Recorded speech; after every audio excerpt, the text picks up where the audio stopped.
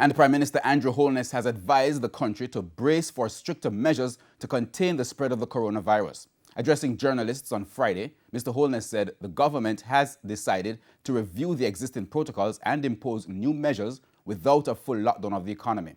Kelisha Williams has that story.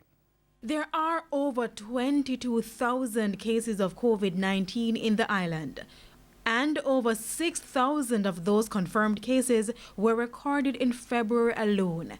Now, amidst heightened criticisms that he has been tight-lipped since the spike in COVID-19 cases, Prime Minister Andrew Holness said the country should brace for stricter restrictions. There have been calls for Mr. Holness to address the country as hospitals island-wide have been bursting at the seams with COVID-19 patients. People are saying they don't hear from me on the pandemic. And, I reflected upon it. I've given all the statements, I've made all the appeals, and very soon I will be having a press conference on the pandemic. What the government has been doing behind the scenes is to refine a new set of measures that will enable the economy to continue, but to have a kind of control on movements that will prevent the spread of the disease.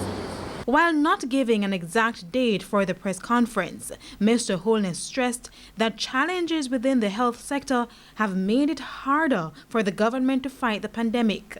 The number of persons seeking health care, that has increased. And now that is a threat, because whilst we can increase the number of beds, it's very difficult to overnight increase the number of nurses and doctors. And it is virtually impossible within a short space of time to increase the capacity of the current hospital. So what you're finding is that hospitals have to be putting, beds in the aisles and so forth in order to accommodate.